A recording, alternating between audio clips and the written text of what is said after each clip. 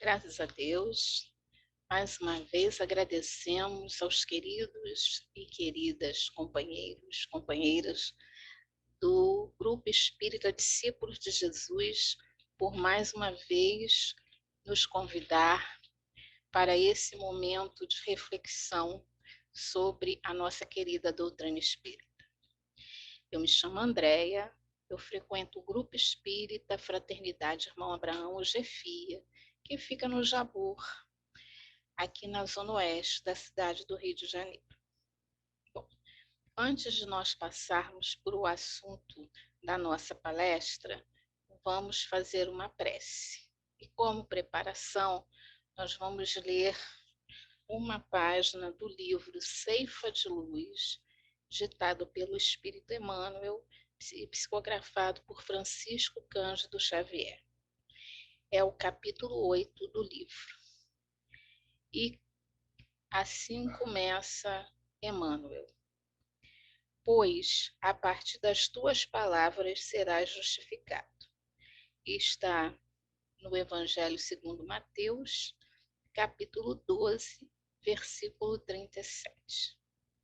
E Emmanuel intitula a mensagem, ou melhor dizendo, o comentário que ele faz desse versículo de Legendas do Tribuno Espírita.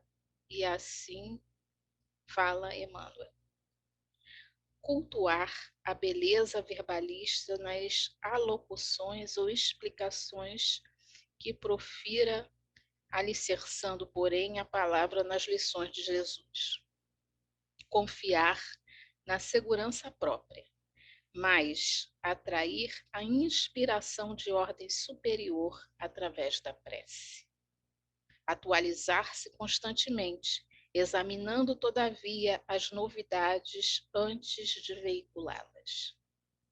Reverenciar a verdade, contudo, buscar o lado bom das situações e das pessoas para o destaque preciso. Formar observações próprias, conduzindo, porém, as opiniões para o bem de todos. Aprender com as experiências passadas, estimulando simultaneamente as iniciativas edificantes da direção do futuro. Enaltecer ideias e emoções sem desprezar a linguagem compreensível e simples. Instruir o cérebro dos ouvintes, acordando neles, ao mesmo tempo, o desejo de cooperar no levantamento do bem. Falar construtivamente, mas ouvir os outros, a fim de lhes entender os problemas. Enriquecer a cultura dos companheiros de humanidade, manejando a palavra digna, entretanto, estudar, quanto possível, de modo a ser sempre mais útil no aprimoramento geral. Que assim seja, Senhor, envolvidos por esse texto, nosso companheiro Emmanuel, que tem tudo a ver com as reflexões que faremos hoje, neste momento. Que possamos contar com a inspiração, com a intuição dos nossos queridos amigos espirituais, para que possamos ser coerentes com tudo aquilo que Emmanuel nos trouxera nesta mensagem preparatória sobre a fala à luz da doutrina espírita. Que assim seja, graças a Deus. Bem, as palestras deste mês são referentes a uma homenagem aos 162 anos do livro O que é o Espiritismo. E a nós coube falarmos sobre o capítulo 2, Noções Elementares do Espiritismo, da obra Em Estudo. Anteriormente, os companheiros que falaram antes trataram do capítulo 1, que traz Kardec dando subsídios, explicações à luz da doutrina espírita para para as dúvidas, as contestações com relação aos assuntos que aquela sociedade estava discutindo no momento, né? E como é que a doutrina espírita vinha a se posicionar, a explicar essas situações, sobretudo no que tangia ao fenômeno espírita, ao fenômeno espiritual, que nós sabemos que estava a sociedade parisiense ainda estava no clamor da questão das mesas girantes. Então, Kardec, ele, seguindo uma tradição socrática da manêutica, ele constitui assuntos de relevância, textos de uma robustez e de uma grandiosidade doutrinária, como se estivesse dialogando com três personalidades diferentes. Uma que ele chama do crítico, ou seja, aquela pessoa que julga tudo a partir do seu ponto de vista. O cético, que é aquele que duvida de tudo, questiona tudo, independente de ter razão ou não. E um padre, que é o ponto de vista dogmático. E aí, como a gente já falou e a gente vai se repetir, ele estabelece pontos de reflexão para nós espíritas, questões doutrinárias de importantíssima relevância. E dentro daquilo que está no conceito e na definição de espiritismo que Allan Kardec introduz exatamente no preâmbulo do livro O que é o Espiritismo, que é que o Espiritismo é ao mesmo tempo uma ciência e uma filosofia, né? A gente está resumindo os dois, cujas consequências são morais. E a moral, e aí a gente vai completar essa moral, é justamente a moral trazida pelo nosso Mestre Jesus, nosso guia e modelo, nosso governador. Então, feito esse primeiro momento, e aí ele vai adentrar nessas noções elementares de espiritismo. E aí, o que é algo elementar? No caso, que se refere ao ensino básico de uma ciência. E vendo todas as temáticas que constituem esse capítulo, na realidade, este capítulo 2, ele constitui-se de 104 itens, distribuído em 11 capítulos.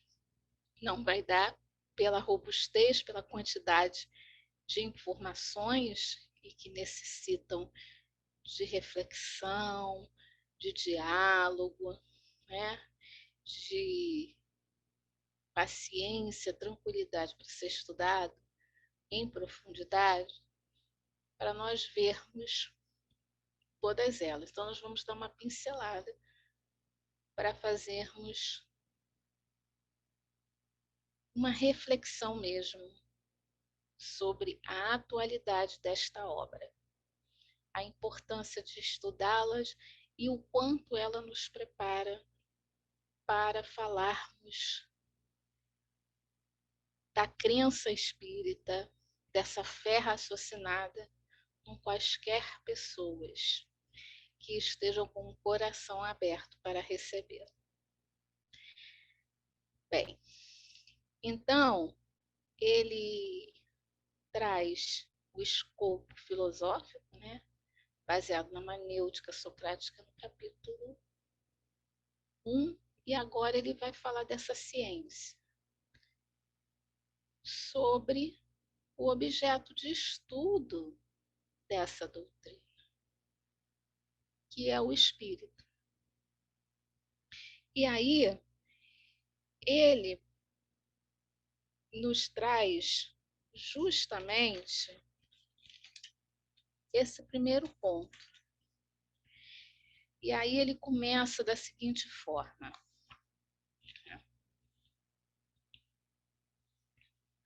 observações preliminares.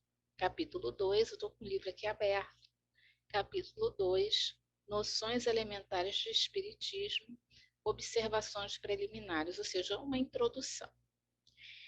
Que aí no item 1, Kardec nos traz a seguinte observação: é um erro crer-se que basta a certos incrédulos o testemunho de fenômenos extraordinários para que se tornem convictos. Quem não admite no homem a existência da alma ou espírito, também não a aceita fora dele. E, portanto, negando a causa, nega implicitamente os efeitos.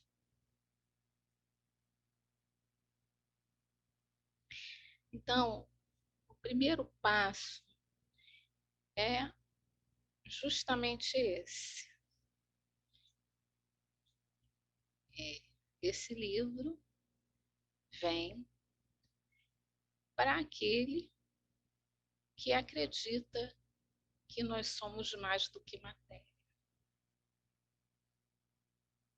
Ou seja, que quando a morte do corpo físico vem, há algo mais que sobrevive, que a gente costuma designar de espírito ou alma.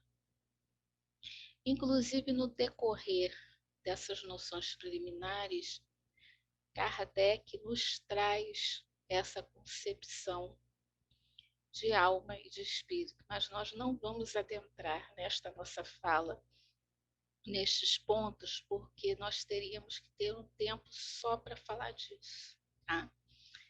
Espero ter despertado a curiosidade e que os amigos e as amigas vão lá pegar o que é o Espiritismo para estudar o que Kardec nos traz sobre espírito e sobre alma.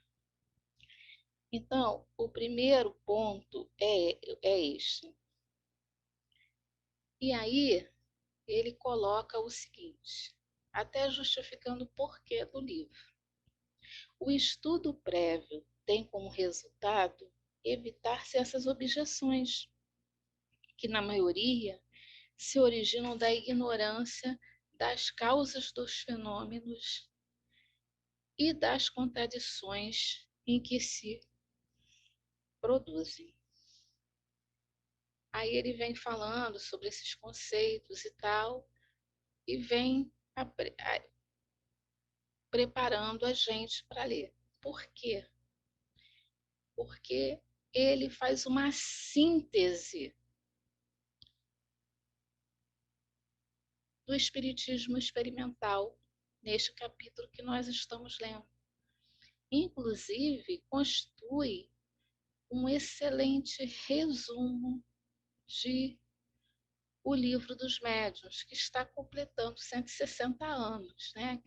Então, nós estamos nesta fala, nesta nossa reflexão sobre o capítulo 2 do que é o Espiritismo, homenageando esta obra e também o Livro dos Médiuns. Isso é muito legal. E aí, ele vai continuar num crescente. Se nós vermos as temáticas, podem parecer discrepantes, mas elas se complementam. Rapidamente, vamos ver quais são os 11 itens, melhor dizendo, os 11 assuntos tratados neste capítulo.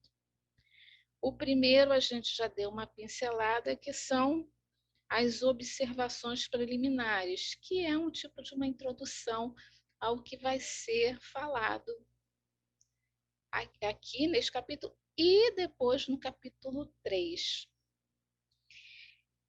Aí ele vai falar dos espíritos, vai conceituar, vai definir, vai caracterizar o objeto de estudo dessa ciência e dessa filosofia.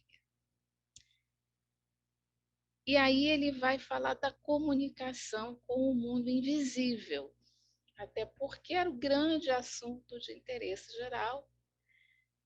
E a doutrina espírita vem explicar magistralmente esta comunicabilidade na sua trajetória, você fala, ética. Por isso que é mediunidade com Jesus, né? O fim providencial das manifestações espíritas, ou seja, com que a finalidade a providência divina permite que haja essas manifestações, que haja todo esse processo de comunicabilidade entre visível e invisível. Aí ele vem falar dos médiuns, ora, né? Que ele vai trazer esse conceito de médium, de mediunidade, e aí ele vai pontuar quais são os maiores obstáculos do exercício dessa comunicabilidade, que são os escolhos da mediunidade. Depois ele fala da qualidade dos médiuns, que tem tudo a ver com os escolhos. E aí ele vem chamar a atenção da gente para o charlatanismo, para a gente ter cuidado e não acreditar em todas as manifestações, para termos cuidado com as frivolidades, até porque nós ainda somos espíritos que estamos na condição de provas e expiações. Então, às vezes, a gente pode resvalar um pouquinho por esse lado mais frívolo. Os nossos atavismos ancestrais com relação à fenomenologia espiritual, de termos como algo que a gente vem trazendo de reencarnação como maravilhoso e sobrenatural, né? Submergir. Cuidado com a identidade dos espíritos, não acrediteis em todos os espíritos, né? Está numa das epístolas de João, em que a doutrina espírita traz, quer dizer, desde dos nossos apóstolos, dos nossos amigos apóstolos de Cristo, e já falava, cuidado com todos os espíritos, não acrediteis em todos os espíritos. As contradições, que sempre foi um questionamento, mas por que há uma diversidade enorme de comunicações e até no vocabulário, na forma de cuidar do assunto, a gente vê uma diversidade enorme. O Kardec vem explicando por quê e culmina com as consequências do espiritismo. Então, vamos tentar fazer esse trabalho de síntese em 10, 15 minutos. Vamos lá. Bom, dois espíritos. Aí Kardec inicia assim, que é o item 7. Definindo, começando a definir, a conceituar, a nos trazer as características da gente. E aí ele fala o seguinte: os espíritos não são, como supõem muitas pessoas, uma classe à parte da criação. porém as almas, despidas do seu invólucro corporal, daqueles que viveram na Terra ou em outros mundos. Por que ele usa esse vocabulário? Se a gente pegar o Livro dos Espíritos, na introdução ao estudo da doutrina espírita, ele inicia justamente falando dessa questão de vocabulário, porque eram termos que estavam, de uma forma popular, na boca do povo naquela época de Kardec, em que estava se saindo daquele dogmatismo místico da religião, a ciência estava começando a florescer, o materialismo começando a surgir com força, e aí tinham as discussões do conceito de alma, que era considerado aquilo que anima a matéria, aquilo que dá vida à matéria. É o cérebro, é algo que está além, é uma partícula de Deus, enfim. Né? As discussões variavam de acordo com os pontos de vista e as crenças daqueles companheiros. Então, aqui Kardec está falando para os espiritualistas, e ele está dizendo o seguinte: nós estamos reencarnados, nós estamos vivos, né? Nós estamos existindo, nós estamos num corpo físico. A gente não acredita que ele é animado por algo além dessa matéria, que quando ela morrer, esse ser, essa entidade, essa substância que anima esse corpo sobrevive e que foi criado por Deus, por um ser superior, seja o que a gente acreditar, sim.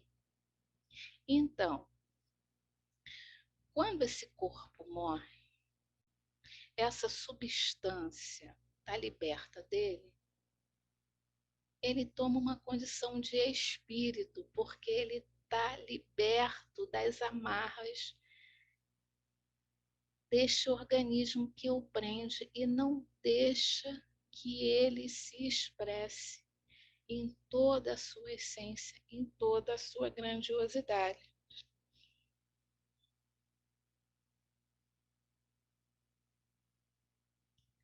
E aí ele culmina com a seguinte frase: aquele que admite a sobrevivência da alma ao corpo, admite pelo mesmo motivo a existência dos espíritos. Negar os espíritos seria negar a alma. E daí ele vai começar todo um crescente. Ele vai começar a introduzir o essencial da concepção espírita de alma e de espírito, introduzindo a lei de reencarnação.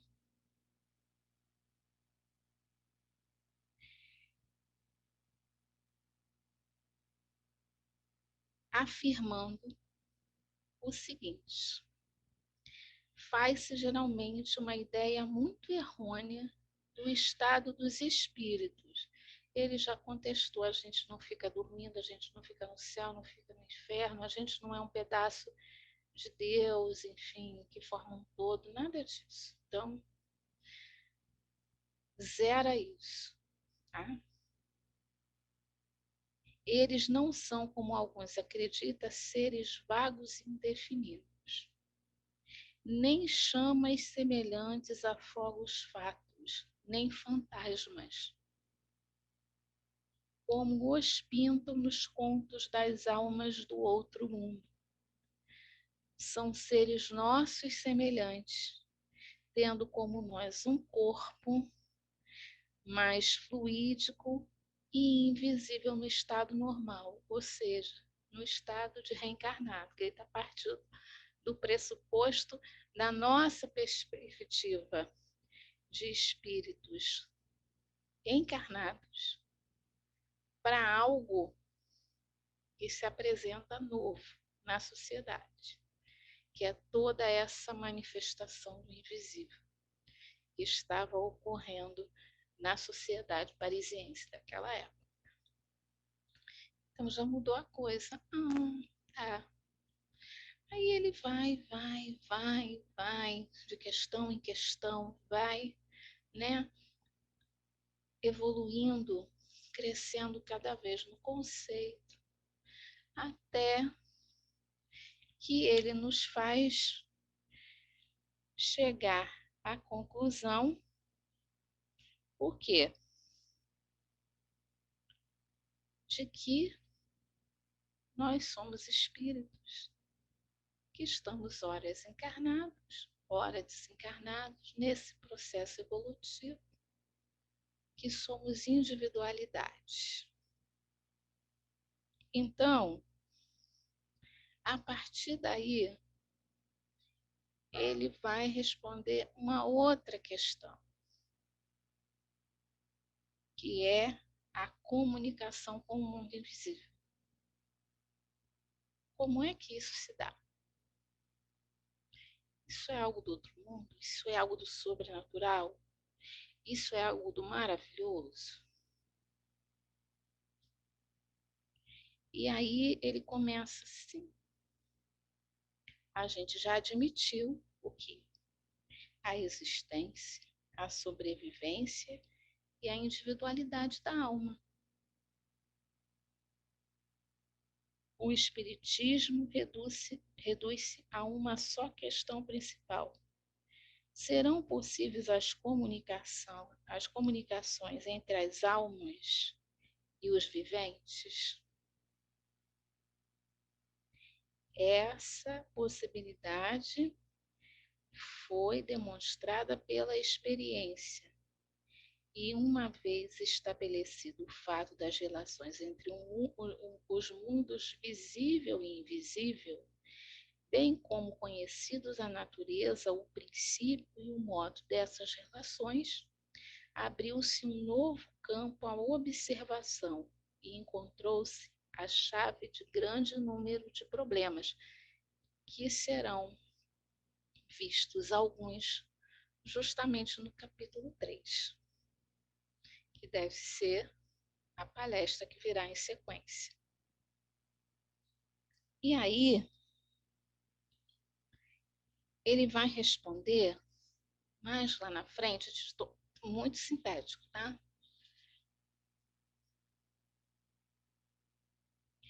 Que é um fenômeno natural.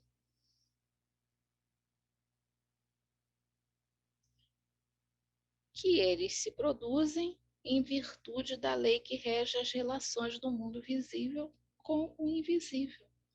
Lei tão natural quanto as da eletricidade, da gravitação e etc. O Espiritismo é a ciência que nos faz conhecer essa lei, como a mecânica nos ensina as do movimento, a ótica, as da luz, etc.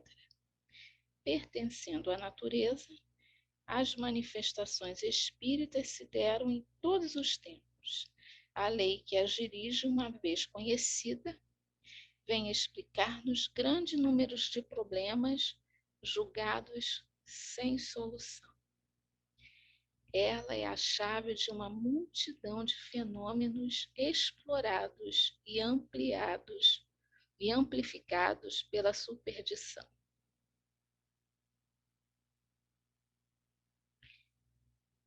Tá, é um fenômeno natural. A gente não vai entrar nesse assunto. Vamos estudar o livro dos médiuns, que ele explica tintim por tintim como é que se dá essa comunicabilidade. Tudo bem. Mas, para que serve? Que é o que ele vem nos dizer na sequência. Que não é algo para se brincar, que não é algo para nos divertir, que não é algo que veio para ser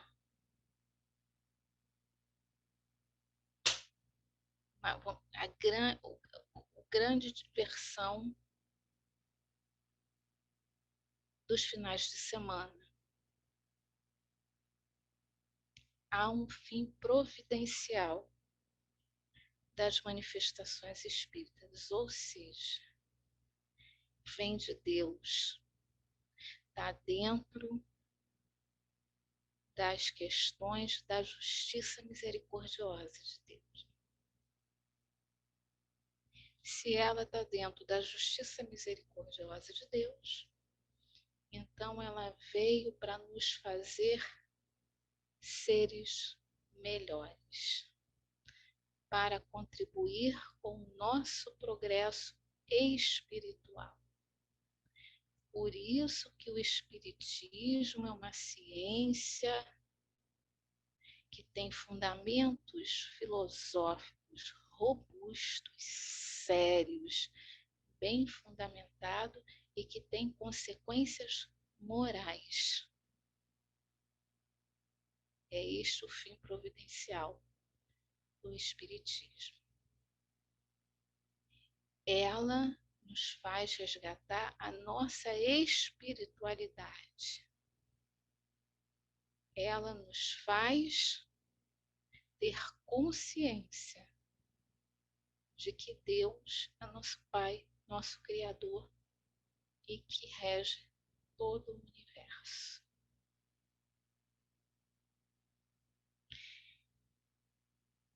Fim providencial das manifestações é convencer os incrédulos de que tudo para o homem não se acaba com a vida terrestre e dar aos crentes ideias mais justas sobre o futuro. Abre essa cortina, nos descortina o nosso sentido existencial. A comunicabilidade, que é o que está nos dizendo esse capítulo, faz com que nós tenhamos a convicção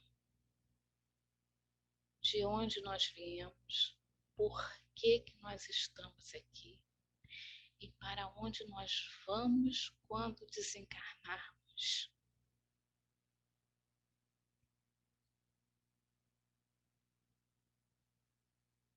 Contudo, nos mostrando que nós estamos em processo evolutivo constante,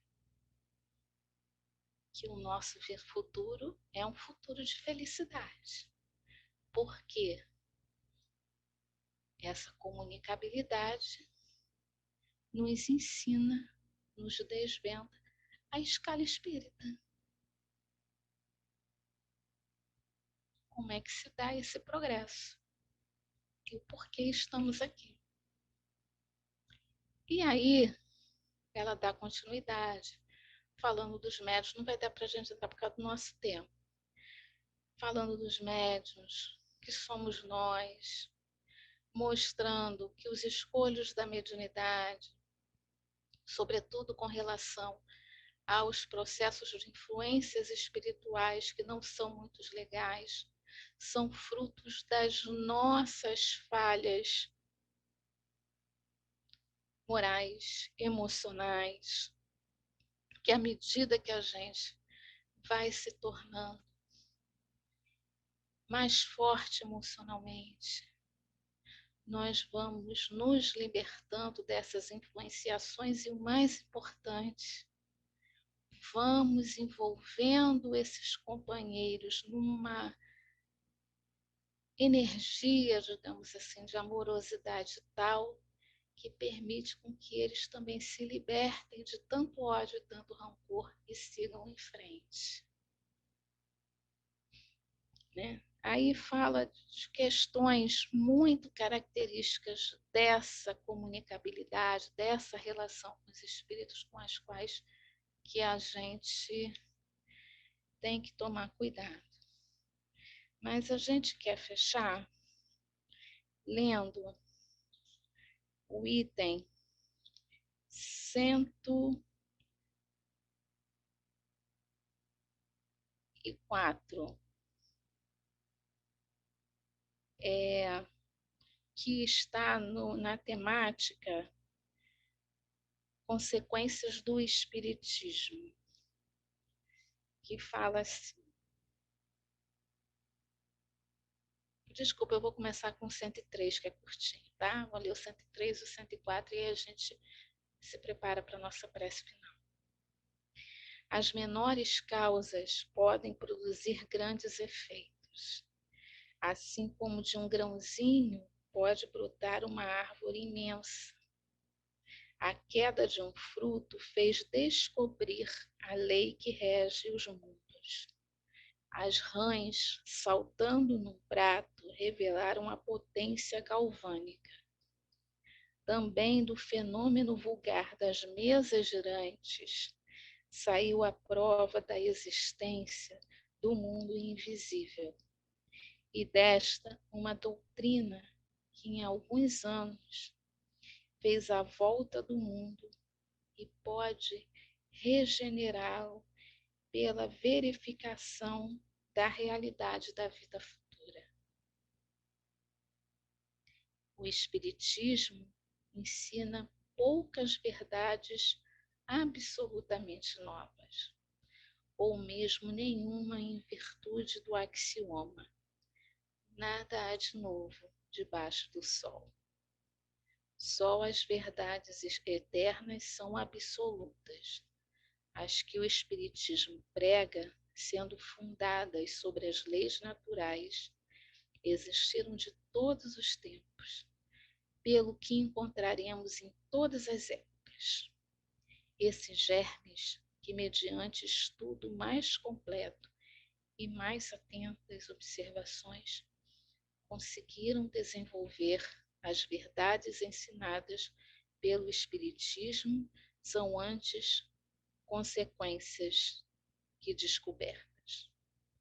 O Espiritismo nada descobriu nem inventou os espíritos, como não descobriu o mundo espiritual, no qual se acreditou em todos os tempos. Todavia, ele o prova por fatos materiais e o apresenta em sua verdadeira luz, desembaraçando dos preconceitos e ideias supersticiosas, filhos da dúvida e da incredulidade. E meus irmãos, minhas irmãs, o livro O que é o Espiritismo, ele consegue fazer isso com a gente. Por isso que Kardec coloca lá no capítulo O Método de O Livro dos Médiuns, que devemos começar o estudo sistemático e contínuo da doutrina espírita pelo que é o Espiritismo. Vivemos em épocas que algumas vezes nós escutamos que esse livro não tem mais necessidade, porque ele foi lançado em 1859, ainda não tinha lançado o Evangelho segundo o Espiritismo, o Livro dos Médiuns também ainda não tinha sido lançado, a versão que a gente tem hoje, o Livro dos Espíritos, também ainda não tinha chegado até nós. Só que há uma observação muito importante que a gente tem que fazer. Este, o que é o Espiritismo, que nos chega às mãos no ano de 2021, não é aquele de 1859. Aquele de 1859, a primeira edição, que a gente está homenageando, que é a Chegada, tinham 100 páginas, era mesmo um resuminho. Mas Kardec sempre que ia lançar uma nova edição, quando esgotava-se, né, aquela edição, ele revisava e ampliava esse livro. É muito interessante isso. E esta que nós lemos hoje, ela dobrou de tamanho, de 100 passou para 200 folhas. Divididas nestes capítulos, 3 capítulos, antes não era assim. E é a 6ª edição, revisada e ampliada pelo codificador. Um homem tão ocupado quanto Kardec, que trabalhava na codificação espírita, na elaboração das revistas espíritas e fora os outros compromissos da vida dele, sempre dedicar um tempinho para revisar um livro, foi o livro mais revisado, é porque ele com certeza precisa ser estudado. Ele nos dá uma ideia ampla, sintética, a síntese liga os pontos, né? Faz com que todos os pontos da doutrina, alguns até que possam parecer contraditórios, se liguem, se conectem. Então faz com que nós tenhamos uma ideia, uma concepção geral do que é a doutrina espírita, qual é a sua posição no mundo, para que ela serve e o que é ser espírita. A espiritualidade, neste momento em que estamos reclusos, nos pede isso. Vamos ter carinho com a nossa doutrina? Vamos ter cuidado com a forma como a estamos divulgando? Vamos começar a levar a sério. E assim, Senhor, nós agradecemos por mais esse momento de reflexão.